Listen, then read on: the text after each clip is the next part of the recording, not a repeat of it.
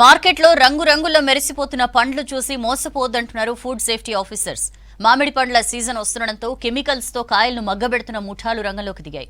దీంతో గ్రేటర్ సిటీలో అలర్ట్ అయ్యారు అధికారులు. కెమికల్స్ కలిపి పండించిన 4 లక్షల విలువ చేసే మామిడి పండ్లను సీజ్ చేశారు task force, GHMC food safety అధికారులు. కెమికల్స్ వేసి పండించడం ఆరోగ్యానికి మంచిది కాదన్నారు ఫుడ్ సేఫ్టీ ఆఫీసర్ దయోనిధి. కృత్రిమంగా మగ్గబెడుతున్న పండ్లపై ప్రజలు అవగాహనతో ఉండాలన్నారు. కెమికల్స్ వేసి పండ్లు పండిస్తున్నట్లు తమకు సమాచారం ఇస్తే 48 గంటల్లో చర్యలు తీసుకుంటామన్నారు దయోనిధి. అది ఒక్కటి మొత్తం 15 కేజీస్ డబ్బాకి సరిపోతుందండి. అది కూడా కింద పెట్టాలి, డైరెక్ట్గా కాంటాక్ట్ తడిపి పెట్టాలి. ఇలా ఉంటే ఆటోమేటిక్గా మీకు 3 డేస్లో అయిపోతుంది.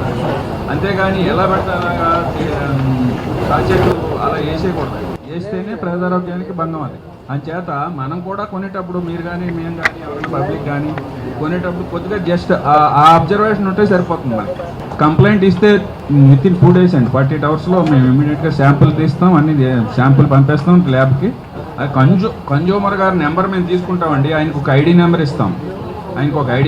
మేము ఏం చేసామన్నది ఆయన చెప్తాం, ఫోటోలు అప్లోడ్ చేస్తాం. దానికి ఒక మెకానిజం ఉంది, ఒక కంట్రోల్ రూమ్ ఉంది, దానికి ఇబ్బంది ఏమీ లేదు.